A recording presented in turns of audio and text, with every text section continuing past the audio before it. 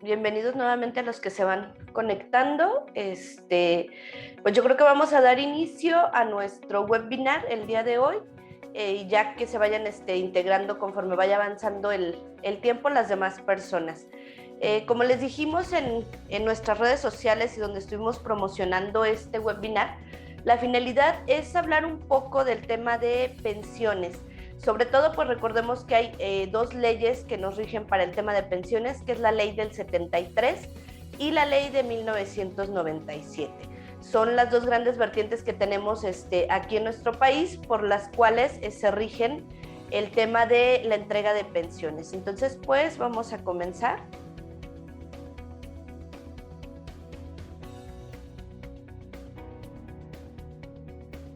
Y bueno, lo primero que vamos a ver es qué es una pensión, y tenemos que nos dicen que es una prestación económica destinada a proteger al trabajador al ocurrirle algún accidente de trabajo, al padecer alguna enfermedad o accidente que no sea dentro del trabajo también, o al cumplir al menos 60 años de edad. De igual manera, en caso de fallecimiento del trabajador o del pensionado, pues se protege a sus beneficiarios. Eso es, en manera muy general, lo que es el término pensión o lo que conocemos como pensión aquí en nuestro país. Y tenemos dos grandes tipos de pensiones, que son las pensiones de tipo de vida y las pensiones de muerte. La pensión de vida, pues tenemos tres modalidades, si lo queremos ver así, otros tres tipos, que es por cesantía, por vejez y por invalidez. La cesantía es cuando se quieren retirar a partir de los 60 años, pero antes de cumplir los 65. La de vejez es para las personas que ya cumplen los 65 años y deciden retirarse o jubilarse, lo que conocemos también como jubilarse. Y la de invalidez es cuando se tiene algún riesgo de trabajo o algún accidente que no sea laboral, pero que por alguna circunstancia pues le impide al trabajador seguir laborando en esa misma área, o incluso una invalidez total donde ya ni siquiera le permite trabajar en ninguna otra área. Las de muerte tenemos lo que es para viudez, que es para las viudas o viudos, el caso de orfandad y el caso de ascendientes, hablando de los padres de los pensionados. En este curso nos vamos, o en esta pequeña plática que vamos a tener el día de hoy, nos vamos a ir más hacia el tema de las pensiones por cesantía y por vejez, que son las que normalmente nos han llegado más preguntas, o vemos que la gente tiene un poco más de dudas. En este sentido existen, como comentábamos, dos regímenes de pensión del IMSS. Una es la ley del IMSS de 1973 y es aplicable para todas aquellas personas que empezaron a cotizar ante el IMSS antes del 1 de julio de 1997. Todas aquellas personas que hayan iniciado a cotizar antes de esta fecha, pues tienen la posibilidad de pensionarse a través de esta ley, la cual vamos a ver más adelante. Es la que es un poco más compleja, pero es la más beneficiosa hasta cierto sentido para todo el tema de pensiones. Adicional, tenemos la ley del IMSS de 1997, que aplica para todas aquellas personas que iniciaron a cotizar a partir del 1 de julio de 1997. Son los dos grandes regímenes que tenemos. En la ley del IMSS de 1973, las características principales, pues es el gobierno federal a través del IMSS el que paga la pensión. Se requieren un mínimo de 500 semanas cotizadas. Se requiere tener un mínimo de 60 años para poder ser acreedor a alguna de estas pensiones y estar dentro del periodo de conservación de derechos. Más adelante vamos a explicar un poquito más a fondo el tema de la conservación de derechos. En el caso de la ley del IMSS de 1997, pues la diferencia es bastante grande. Ya no es el gobierno federal quien paga, ahora es tu Afore, y es con los recursos que tú tienes en esta cuenta o en tu cuenta individual con la cual se te va a pagar la pensión. Ya no se van a hacer promedios de sueldo, ya es lo que tú tienes en tu cuenta, es lo que va a servir para que te puedas pensionar. Se requiere un mínimo de 750 semanas Anteriormente se requerían un mínimo de 1,250 y solamente las 750 era para que tuvieras derecho a los servicios médicos. Sin embargo, hubo una reforma en diciembre de 2020, donde a partir de 2021 pues ya se baja a 750 semanas. La reforma en sí dice que son 1,000 semanas, pero en temas en artículos transitorios no lo baja a 750 y va aumentando de manera gradual en 25 semanas aproximadamente cada año hasta llegar a las 1,000 semanas. Eso lo vamos a ver un poquito ya al final de esta charla, cuando veamos más a fondo el tema de la pensión por la ley de 1997. Al igual que en la ley del 73, se requiere un mínimo de 60 años para poderse pensionar.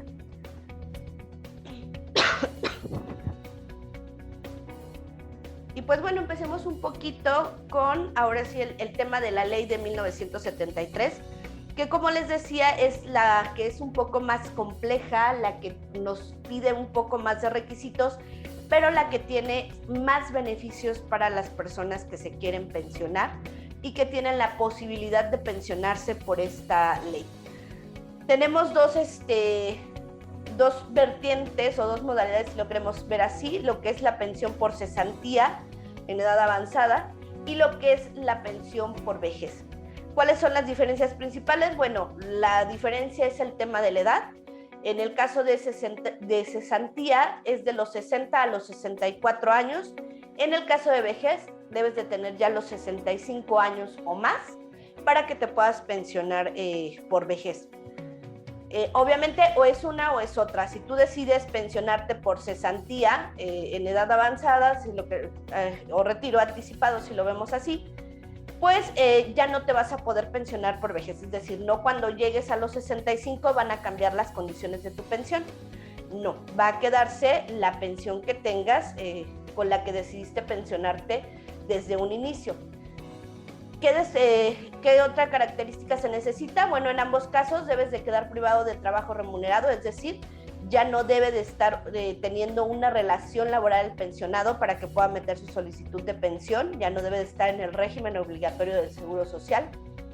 Debe de tener en ambas 500 semanas de cotización y pues lo principal, ¿no? Haber cotizado antes del 1 de julio de 1997 para que puedas pensionarte a través de esta ley y estar dentro del periodo de conservación de derechos. Ya más adelante vamos a ir explicando poco a poco estos puntos. Y pues vamos a iniciar con lo que sería el tema general, hablando de semanas cotizadas.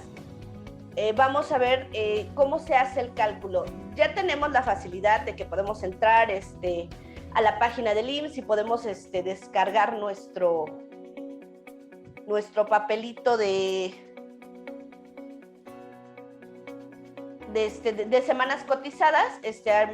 Más adelante les muestro uno de cómo aparece el documento donde ya vienen tus semanas cotizadas, que lo bajas directamente de internet, pero es importante que sepamos cómo se realiza el cálculo. Este cálculo de semanas cotizadas viene en el artículo 25 de la Ley del Seguro Social del año de 1973, y te dice que, bueno, básicamente tienes que ver tus días cotizados acumulados. Vamos a sacar las semanas cotizadas de una persona que ingresó el 1 de septiembre de 2020 y se da de baja el 12 de diciembre de 2020. Tiene 102 días cotizados.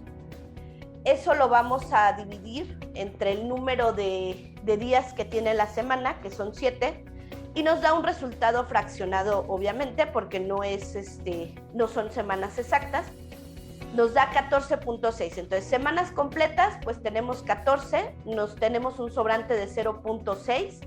Eso hay que multiplicarlo por 7 para que nos dé lo que equivaldría a días, si lo queremos ver así más exacto. Y te dice, si tu sobrante es mayor a 3, es una semana más de cotización.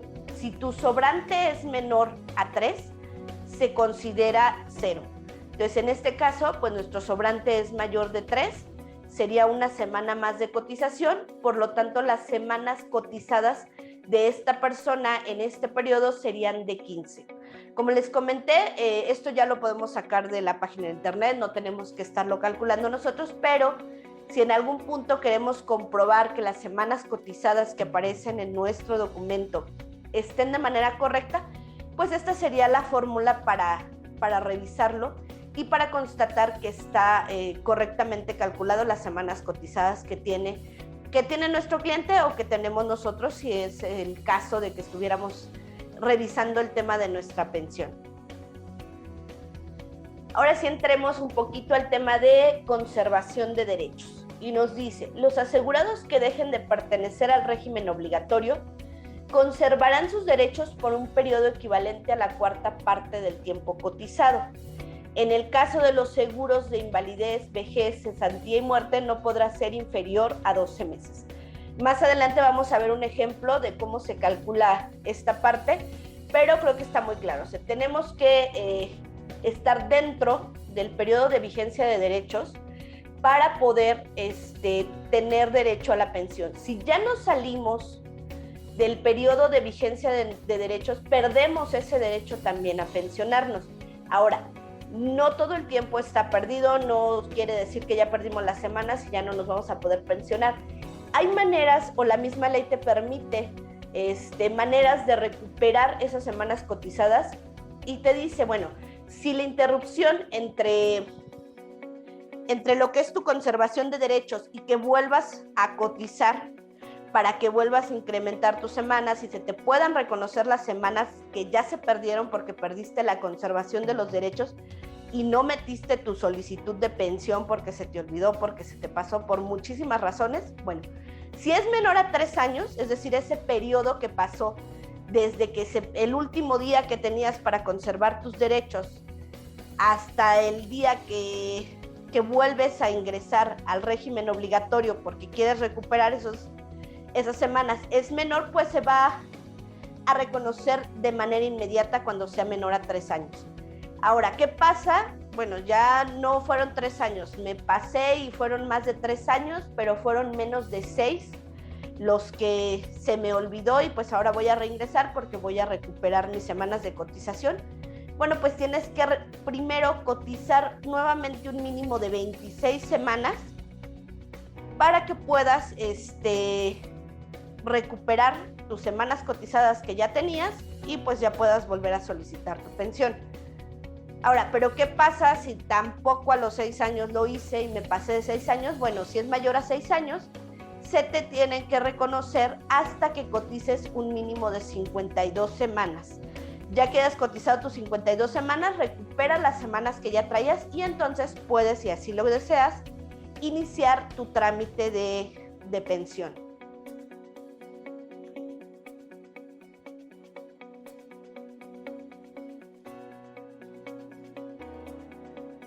Y pues lo que les decía, vamos a ver un ejemplo de cómo se calcula el tema de la conservación de derechos o a qué se refiere esto de la cuarta parte y demás.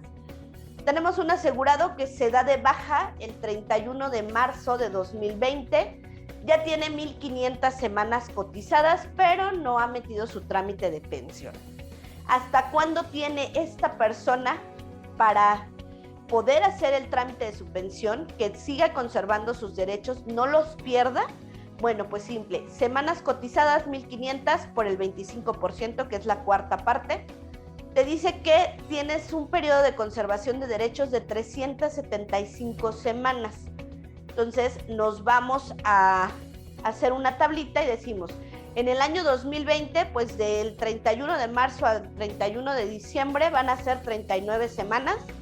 En el 2021, 52, 2022, 52, 2023, 2024, 2025 y se va hasta 2027, donde en la semana 24 del 2027 estaría cumpliendo las 375 semanas de conservación de derechos y ahí es donde tendría hasta esa fecha para presentar su trámite. Si se le pasa de esa fecha, ¿qué es lo que tendría que hacer? Bueno, lo que ya decíamos, si pasa si no alcanza a pasar de los 3 años, es en un periodo menor a 3 años, pues automáticamente en cuanto reingrese y cotice unos 2-3 meses esta persona va a poder recuperar sus semanas cotizadas.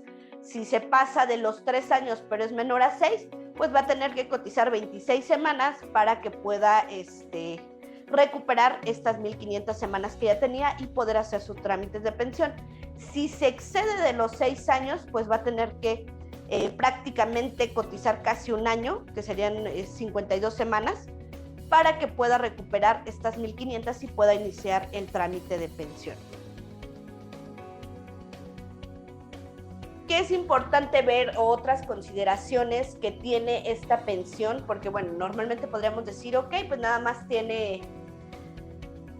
tenemos solamente el tema de la pensión, de lo que es el porcentaje que me otorga el gobierno, pero cómo me lo otorga, qué es lo que me da. Bueno, tenemos algo que se le llama asignaciones familiares y son un tipo de ayuda extra que le da el gobierno federal y que por eso decíamos que es hasta cierto punto una pensión más benéfica para las personas que deciden pensionarse por esta ley y que pueden hacerlo, porque, ejemplo, si tiene esposa o concubina, se le da un 15% adicional. Si tiene hijos, por cada hijo menor de 16 años se le estaría dando un 10% adicional. Ahora, podríamos decir, bueno, es un niño que tiene más de 16 años, pero sigue estudiando. También le van a dar un 10% por cada hijo mayor de 16 hasta que tenga los 25. Ya si tiene los 25 y sigue estudiando, ya no. Pero de los 16 a los 25, si son estudiantes de nuestro sistema educativo nacional, pues tendría derecho a ese 10% adicional.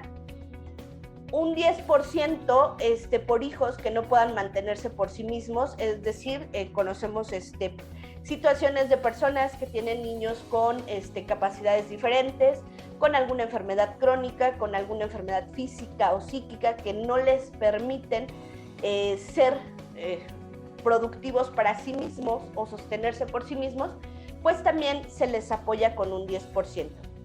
Ahora, ¿qué pasa? Bueno, no tiene esposa, no tiene hijos. ¿Qué sucede con este apoyo? No se pierde, aún así, si no hay esposa, no hay concubina, no hay hijos, se le da un 10% por cada uno de sus padres del pensionado que dependa económicamente de él. Es decir, si tiene papá y mamá, bueno, pues es un 10% por el papá, un 10% por la mamá, siempre y cuando dependan económicamente de él. Ahora, ¿pero qué pasa si no se cuenta ni con hijos, ni con padres, ni con esposa? Bueno, se le da lo que se conoce como una ayuda asistencial del 15% como ayuda para el pensionado. Adicional a esta ayuda, en un decreto realizado el 5 de enero del 2004, se dio el tema de un 11% de ajuste o de incremento que se realiza a las pensiones. Entonces, como pueden ver, pues son varios beneficios los que se van otorgando y lo que va haciendo que se acumule una cantidad razonable en cuanto al tema de pensión.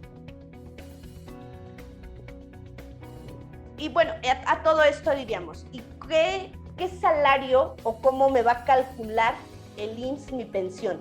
Porque bueno, yo a lo mejor cuando dejé de trabajar tenía un sueldo un salario base de cotización de 1,000 pesos. Y puedo decir, bueno, ese va a ser mi salario base con el que me van a calcular mi pensión. No. Para calcular la pensión, el salario base que se va a tomar en cuenta va a ser el promedio de las últimas 250 semanas que cotizaste. Erróneamente, mucha gente nos dice, los últimos 5 años que tú cotizaste son los que se toman en cuenta.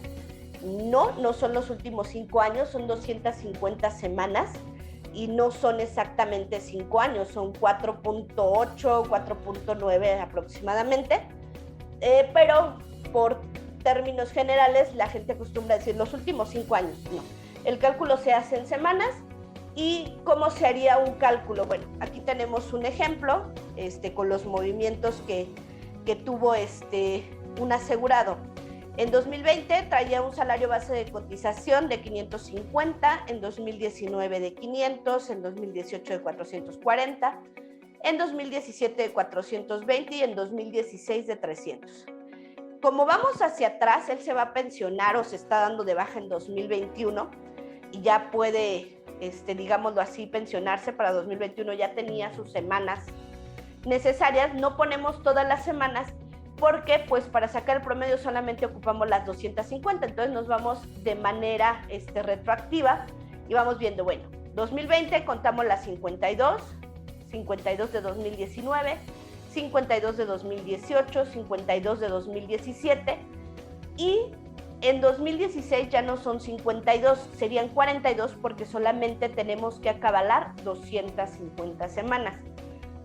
¿Qué hacemos ahora? Bueno, en cada año vamos a multiplicar el número de semanas por el salario base de cotización y este va a ser nuestro salario anual en base a este salario base de cotización. En cada uno de los años lo hacemos, tenemos un total y al final vamos a sacar un salario promedio, que es pues lo que tenemos entre las 250 semanas y nos va a dar nuestro salario base de cotización.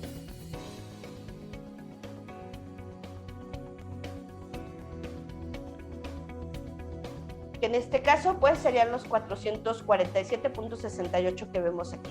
Esa es la manera en la que tenemos o en la que podemos nosotros revisar cuánto va a ser el salario base con el que le van a estar determinando la pensión del IMSS a nuestros clientes. Y ahora, ¿de qué se compone esta pensión? ¿Qué te incluye? Bueno, o cómo se determina. Tenemos lo que se llama la cuantía de pensión anual, que es tu pensión anual que te va a dar. Obviamente te la dividen ya posteriormente en meses, pero se determina a través de una cuantía de pensión anual, la cual va a ser igual a tu cuantía básica más tu cuantía de incrementos. Lo que decíamos, aparte tienes derecho a determinados incrementos. ¿Cómo se determina la cuantía básica? Bueno, tenemos el salario promedio de tus últimas 250 semanas, que es el que ya determinamos, por los días del año, y eso por el porcentaje que te indique el artículo 167. Por cuestiones de tiempo no vamos a ver completo todo el tema de todo lo que nos dice el artículo 167, la tabla de los porcentajes. Ahorita es más que nada de que se den la idea de cómo se debe de calcular la pensión, que vayan teniendo las fórmulas para que sepan dónde buscarle, cómo irlo haciendo y puedan dar una mejor asesoría a sus clientes. Esta sería la manera de determinar lo que es la cuantía básica. Ahora, la cuantía de incrementos va a ser tu salario promedio de las últimas 250 semanas por los días del año, por el porcentaje que te diga el artículo 167, por el número de incrementos. Y para eso, pues tenemos que determinar el número de incrementos. ¿Ese cómo lo vamos a calcular? Bueno, tus semanas cotizadas que tienes en total, suponiendo tienes 2,000, tienes 1,500, bueno, esas, el total de tus semanas cotizadas, menos las semanas requeridas. ¿Cuántas semanas requerimos? Bueno, recordemos que dijimos en un inicio que para poderte pensionar requerías solamente 500 semanas. Si tenías 1,500, pues tienes un excedente de 1,000. Ese excedente es el que te va a servir para determinar el número de incrementos. Entonces, personas que tienen 2,000, 3,000 semanas, entre más semanas cotizadas tengan, pues mucho mejor les va a ir en su pensión porque van a tener derechos a más incrementos. Una vez que determinaste tu excedente de semanas, pues eso lo divides entre 52 y te va a dar tu número de incrementos. Eso por 52 nuevamente te va a dar tus semanas completas de incrementos. Ahora, tu excedente de semanas menos las semanas completas de incrementos, que es la que acabamos de determinar en la fórmula anterior, te da una semana residuo.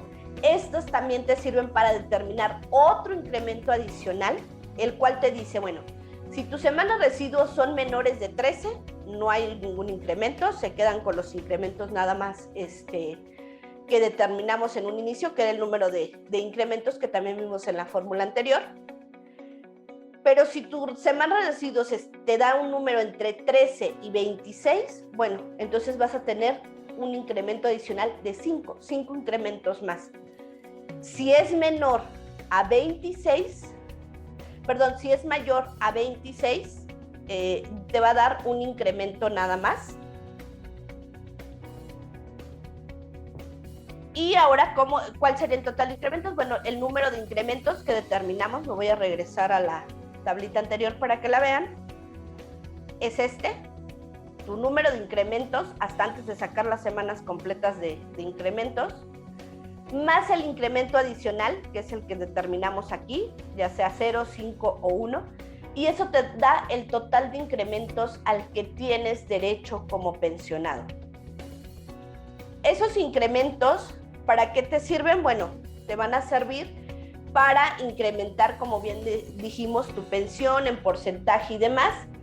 A toda esta suma que vemos acá en un inicio, lo que es tu cuantía básica más tu cuantía de incrementos, lo que se va determinando en cada una de las cuantías, todavía le tenemos que sumar el 11% del decreto y aparte agregarle si traemos asignación de familiares, si tenemos ayuda de asistencia. Entonces, como podemos ver, hay un cálculo más extenso en esta pensión y tiene muchos más beneficios que pues terminan dando pensiones bastante cómodas para algunas personas. Adicional a esto, iba a pasar ya a decirles, pero antes de que se me olvide para el tema de cesantía, en el tema de la vejez también tenemos, o dentro de la ley del 73, lo que se le conoce como modalidad 40. Y estoy segura que muchos de ustedes han escuchado hablar de este tema. No lo vamos a abordar nosotros en este momento a fondo o a detalle, solamente es comentarles a qué se refiere con modalidad 40. Y este es un tipo de cotización pensado en recuperar semanas o incrementar el salario promedio para el cálculo de la pensión. ¿Cómo se llama esto? Bueno, se conoce como continuación voluntaria en el régimen obligatorio. Es decir, yo ya no estoy cotizando en este momento, ya no estoy trabajando, pero no me quiero pensionar. Prefiero ingresar a la modalidad 40 y yo voy y hago la solicitud directo en el IMSS de que quiero estar en esta modalidad y estoy haciendo aportaciones. No es hacer aportaciones y tenemos que tener mucho cuidado solo por hacerlas.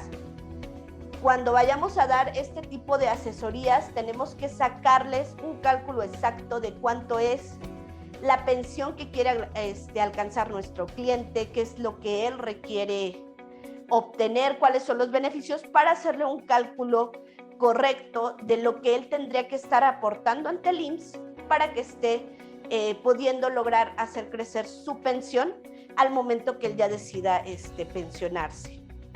Entonces, dice, debe de tener por lo menos 52 semanas cotizadas acreditadas en los últimos 5 años a partir de la baja para recuperarse semanas en los seguros de invalidez, cesantía y vejez. Se debe cotizar con un salario igual o mayor, por lo general, a lo que venía reportando el patrón anterior a la fecha en que se dio de baja. ¿Por qué debe de ser igual o superior? Porque recordemos que el tema es que te va a promediar las últimas 250 semanas. Entonces, entre más alto sea el salario base de cotización de esas últimas 250 semanas, pues mayor va a ser la pensión a la que vas a tener derecho. Se debe presentar un escrito libre solicitando la incorporación voluntaria al régimen obligatorio. Y pues bueno, básicamente esas son algunas de las características principales de lo que es la modalidad 40. Avanzando un poquito al tema de todavía con la ley del 73, como les decía, en el caso de cesantía, la diferencia es la edad, pero no solo la edad, sino también el porcentaje que se te va a pagar. Es decir, yo tengo mi cuantía de pensión anual que habíamos determinado y si yo me pensioné a los 65 años, pues es al 100% y eso es lo que me van a dar. Pero si yo me decido a pensionarme antes de cumplir los 65 y digo a los 60, ya quiero realizar mi trámite de pensión por cesantía, pues en lugar de corresponderme un 100% de esa pensión, solamente se me va a pagar un 75%. Y cada año va incrementando. Si yo me pensiono a los 61, pues solo el 80%. A los 62, el 85%.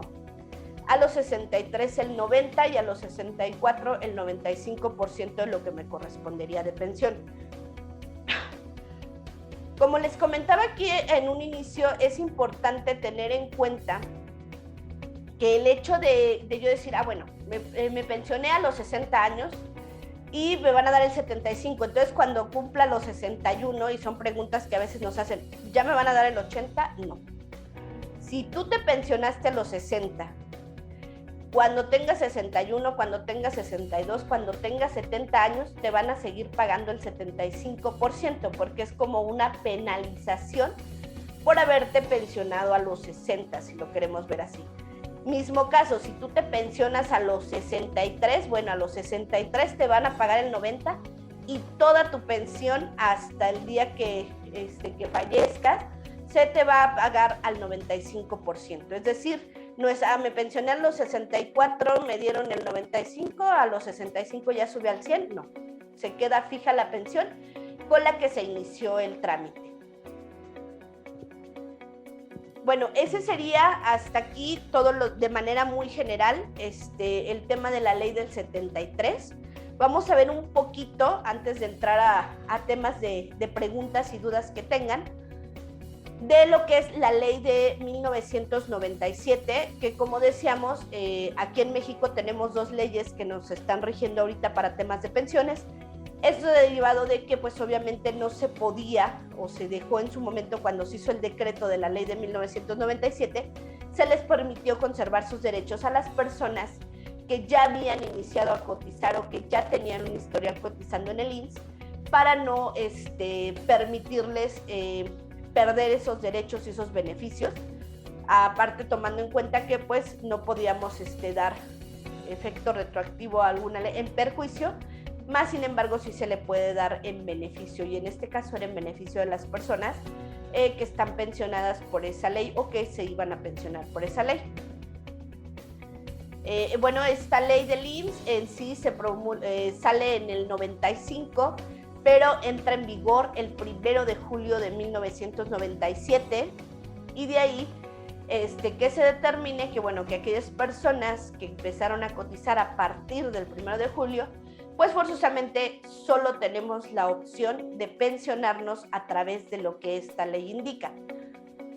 ¿Qué te dice? Bueno, pues es a través de una Afore, son 750 semanas, lo que les decía, esto es por el tema de la reforma, y son 60 años igual para que te puedas pensionar. El tema de lo que les estaba comentando, por tema de reforma, en artículos transitorios de la reforma que salió el año pasado, pues bueno, en 2021 se baja a 750 de 1250, que era lo que te estaban requiriendo para poderte pensionar, pero te las van incrementando cada año incrementas en 25 semanas, y entonces esto va a tener un efecto hasta el 2031, donde vamos a llegar a 1000 semanas. Van a ser las semanas obligatorias para que te puedas pensionar. Cada año se va incrementando. Entonces, para el 2022, aquellas personas que se quieran pensionar en ese año, pues tendrán que tener 775. En 2023, pues tendrán que tener 800, en 2024 825, en 2025 850, en 2026 875, y pues así sucesivamente hasta llegar a las 1000 semanas de cotización. Esto, como les decía, pues es una reforma del año pasado. Hubo por ahí varias cosas que se reformaron en este tema de pensiones, pero que solamente afectaron a las personas que están con la ley de 1997. Ahora, también en esta ley o en este régimen de pensión del 97 existen varias modalidades. Tenemos tres modalidades. ¿Cuál es lo importante de este tema? Bueno, independientemente de las modalidades que sean, todo se basa en la Afore y en lo que tú tienes en tu saldo de cuenta. No es que te vaya a dar algo más el gobierno, no es que te vayan a pagar, no. todo es en base a lo que tú lograste obtener en tu cuenta para el ahorro, para el retiro. Y de ahí que pues muchas personas también opten por hacer una planificación de estar dando aportaciones voluntarias, que recordemos que podemos estar realizando eso, hacer aportaciones voluntarias a nuestra cuenta de Afore, con la intención de obtener una mejor pensión al momento que decidan pensionarse. ¿Cuáles son estas modalidades? Bueno, tenemos lo que es la renta vitalicia, el retiro programado y una pensión mínima garantizada.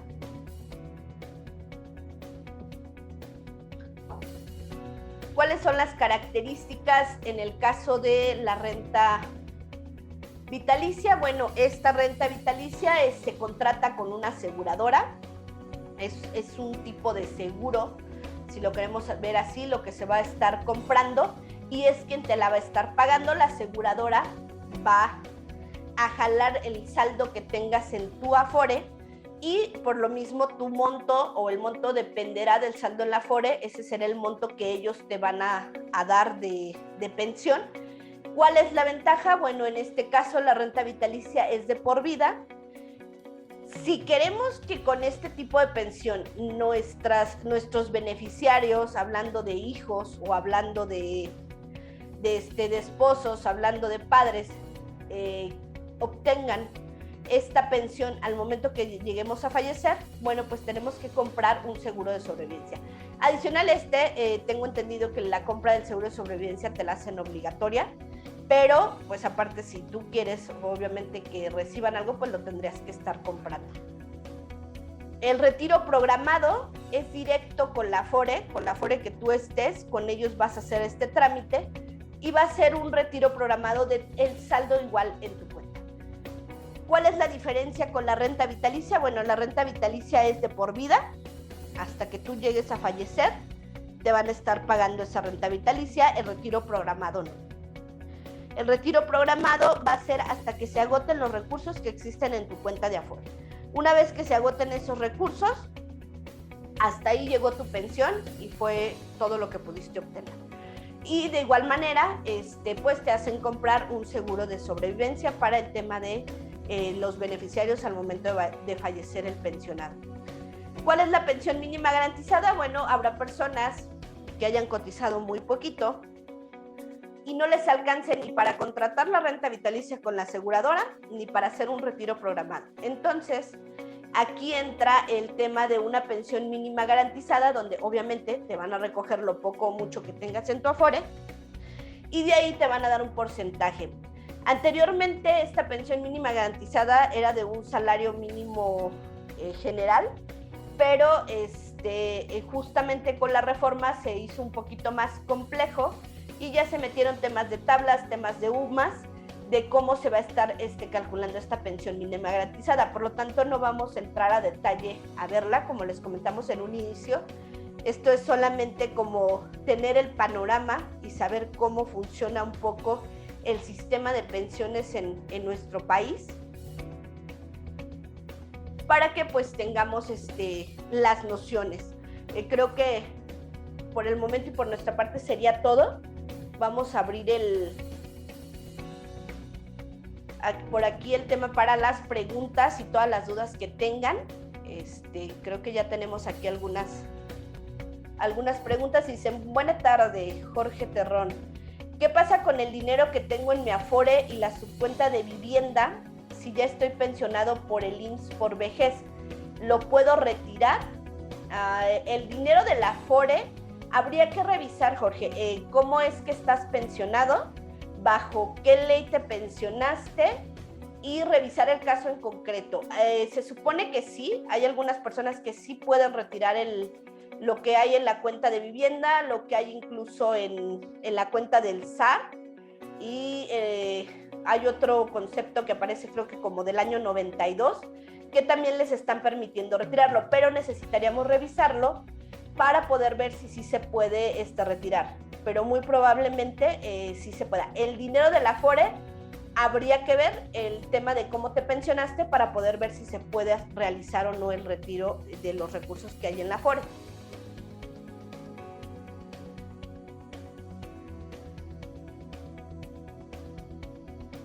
Ok, a ver, Miguel Elisa Rara. Se escuchan comentarios que se está negando la pensión por cesantía en edad avanzada si la baja en el IMSS es por renuncia voluntaria. No tenemos información como tal o no nos ha tocado casos de este tipo, Miguel, pero no debería. En esos tipos de casos, pues se recomendaría que se acerquen con un asesor, ya sea algún contador o algún abogado en materia laboral, y sobre todo que tengan un poquito de especialidad en temas de pensiones, que les pudieran apoyar, porque no debería. O sea, no te pueden limitar tu pensión por el hecho de que tú decidiste renunciar, ¿no? Porque pues se supone que si yo ya tengo los 60 años, los 61 años y yo decido renunciar porque ya no quiero trabajar, porque ya quiero pensionarme y dedicarme pues a otras cosas, lo debería de poder hacer sin ningún problema porque se supone que es un derecho que tengo. La ley así lo expresa y en ninguna parte te dice que por renuncia voluntaria no vaya a proceder. ¿Recomiendas realizar aportaciones voluntarias? Yo creo que sí. En definitiva, la mejor opción son las aportaciones voluntarias o también, como bien comentan, contratar algún plan para el retiro.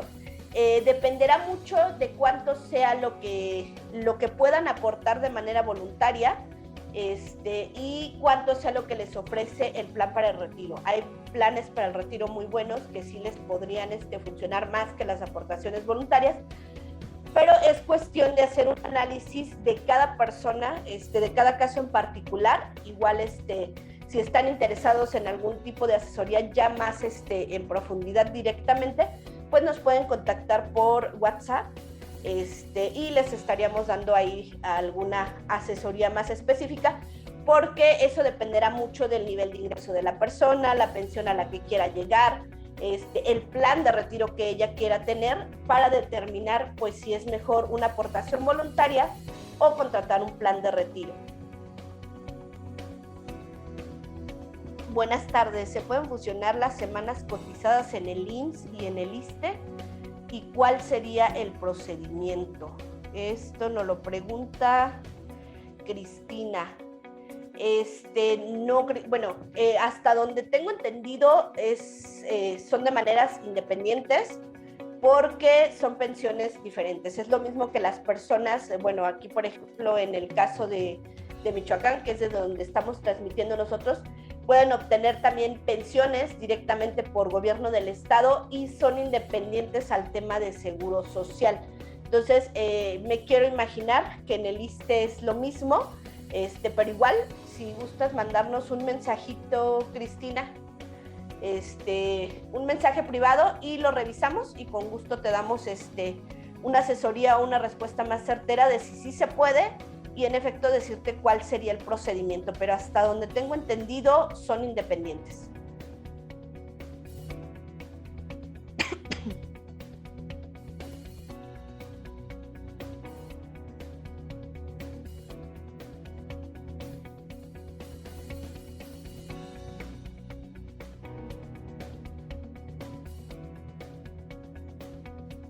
Bueno, nos dice Domingo Verde que sí se puede. No sé si sea en respuesta a la pregunta de Cristina, pero él dice que siempre que las últimas semanas sean en el IMSS y que tengas más de 60 años.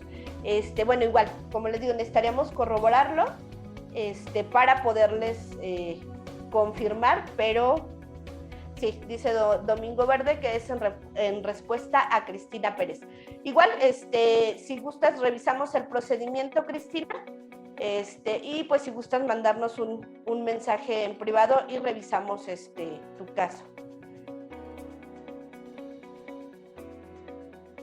Carla Areli, en cuanto a Afore, ¿hay una cantidad establecida para no caer en el supuesto pensión mínima garantizada o se calcula base a semanas cotizadas? Quiero suponer, Carla, que te refieres a que cuál sería el supuesto para que caigas en pensión mínima garantizada. Como tal monto no hay. Lo que te dice es que si no te alcanza para hacer lo que es para pagar la renta vitalicia o para contratar el seguro de renta vitalicia o no te alcanza para hacer un retiro programado, suponiendo que en tu Afore, al sacar la cuenta para tu retiro programado, te vaya a salir menor a lo que ellos consideran pensión mínima garantizada, que sí, hay un tope, se decía que era de un salario mínimo general. Como les comentaba, con la reforma cambia y en lugar de un salario mínimo general se basa en unas tablas, entonces tendríamos que ver el tema de semanas, el tema de años laborales y demás, Carla, para poder decirte cuál sería tu tope, porque ya los topes se hacen más personalizados con la reforma que se hizo en diciembre de 2020. Entonces, igual, si gustan mandarnos también un mensaje privado con todos los datos para poder decir, en este caso en específico, porque sí, con la reforma que se hace, el tema de las pensiones mínimas garantizadas cambia un poquito y pues los montos van a variar dependiendo mucho de la situación de cada persona.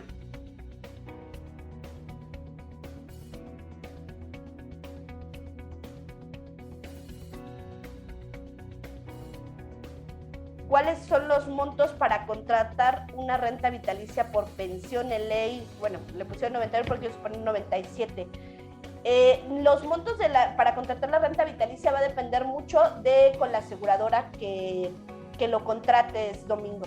Entonces, como tal, no te puedo dar un monto exacto porque cada aseguradora va a manejar el tema de la renta vitalicia, pero igual si requieres esa información, mándanos un mensaje al WhatsApp y lo revisamos para ver si te podemos conseguir algunas cotizaciones de algunas aseguradoras para el tema de renta vitalicia.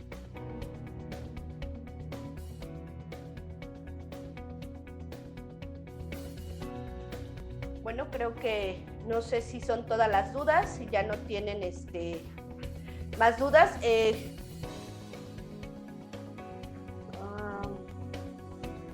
Adriana nos dice que si les vamos a compartir la presentación.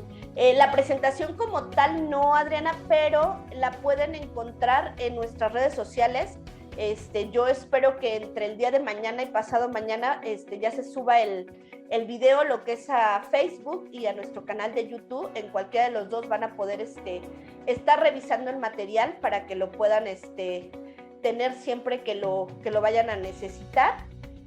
Compartirlo sí se nos complica ahorita un poquito, pero tienen el video donde van a poder estar viendo esta presentación.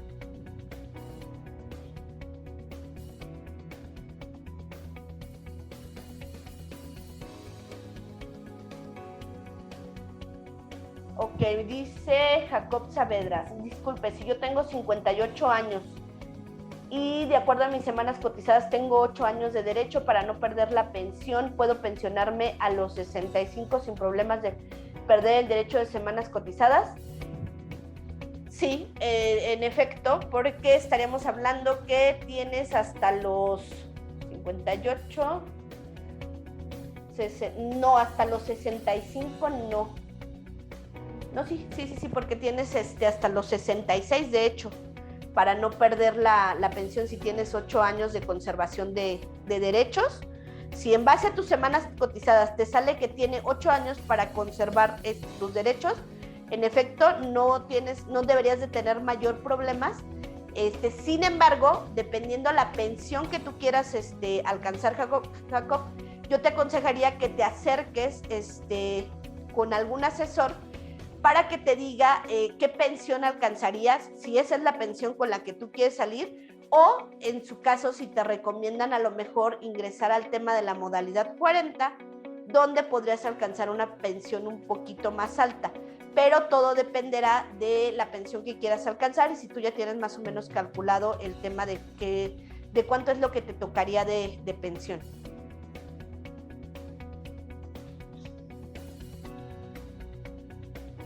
Buenas tardes, disculpe, cuando falleció el beneficiario, ¿termina o se le queda a la esposa y a los hijos? Esto lo pregunta Jessie.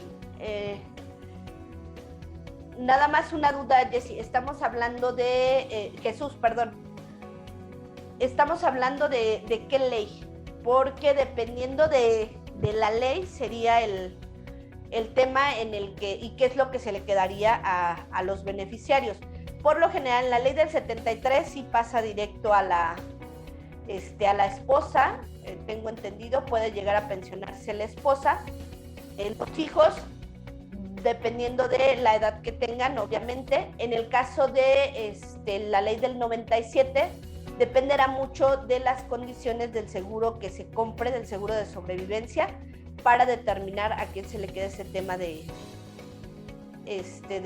lo que es la pensión. El periodo para tramitar la pensión será la misma para poder contratar la modalidad 40.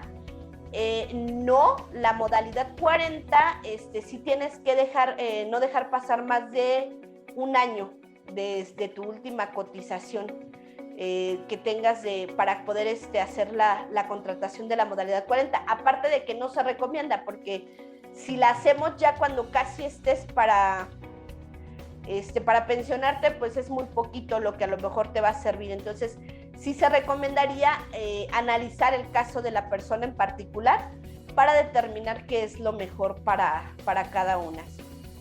Cristina, una persona que cotizó poco durante la ley anterior, pero ya lleva muchísimos años sin cotizar, ¿se puede dar de alta para que pueda alcanzar una pensión?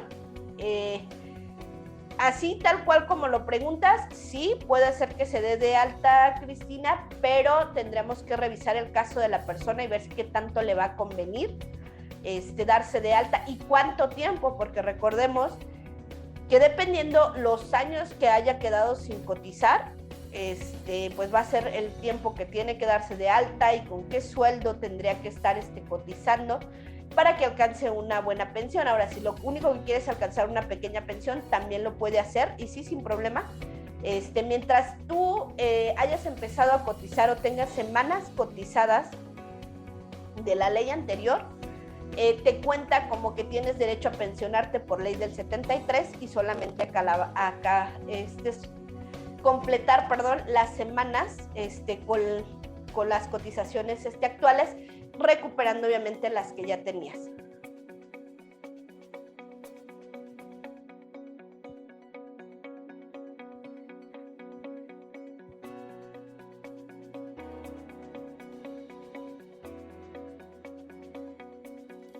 Ok, pues creo que ya son todas las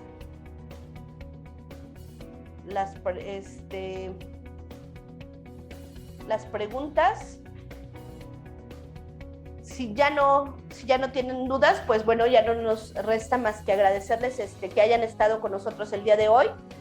Obviamente fue abordar el tema de una manera muy general, no hicimos en esta ocasión casos prácticos, pero sí nos gustaría que nos dejaran sus comentarios, ya sea aquí mismo, en el chat o en nuestras redes sociales, si les interesa que les hagamos un taller teórico práctico donde ya veamos este tema a mayor profundidad. Ahorita el tiempo pues es muy poco, estamos hablando de 1 hora, en la que obviamente no se pueden abarcar todos los puntos ni hacer la práctica completa de cómo se deberían de calcular este tema de pensiones, pero sí nos gustaría que nos dijeran si están interesados en que les hagamos el taller teórico práctico, donde les proporcionemos incluso ya material más didáctico, algunos libros digitales donde se les pueda proporcionar también material de calculadoras para que ustedes puedan ofrecer este servicio. Recordemos que, bueno, veo aquí que no solamente están contadores obviamente viéndonos, en este caso personas también interesadas en tema de su pensión, pero sobre todo el tema de los contadores, abogados que nos dedicamos a esto, bueno, este es un plus en el cual podemos darle una mayor orientación y una mejor asesoría a nuestros clientes, capacitándonos el cómo podemos determinar la pensión y qué les podemos ofrecer, qué les conviene más. En este caso ahorita pues todavía están de la ley del 73 y lo de la ley del 97 está próximo ya a empezar también. Entonces, lo que decía, ¿no? Ver qué te conviene más, si a lo mejor hacer aportaciones voluntarias, si hacer un plan de retiro, pues son cosas en las que podemos irnos capacitando para ofrecer un mejor servicio y que también nos sirven a nosotros, pues, para poder obtener mayores ingresos. dando una buena asesoría a nuestros clientes. No sé, déjenos sus comentarios, como les digo, si les interesa que les hagamos este taller. Obviamente el taller ya tendría un costo, aunque sea pequeño, de recuperación. También nos pueden dejar en sus comentarios cuánto, como profesionales, estamos dispuestos a invertir en este tipo de capacitación para poder brindar mejores servicios, y teniendo en cuenta que pues esto nos va a servir para también nosotros obtener mejores ingresos.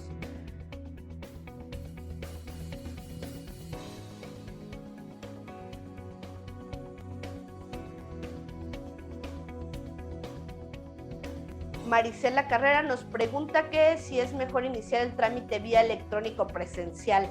De las dos maneras, Marisela, es recomendable. Lo que se te recomienda primero es buscar la asesoría para que tengas tú un panorama primero de cuánto es lo que vas a percibir, si te recomiendan iniciarlo así o si es mejor realizar alguna aportación extra, buscar algo adicional, ¿no? A lo mejor, como les decíamos, el tema de la modalidad 40, también coméntenoslo. La modalidad 40 es algo que podemos incluir en nuestro taller práctico, porque también es un tema bastante interesante de cómo podemos ayudar a que nuestros clientes tengan una mejor pensión.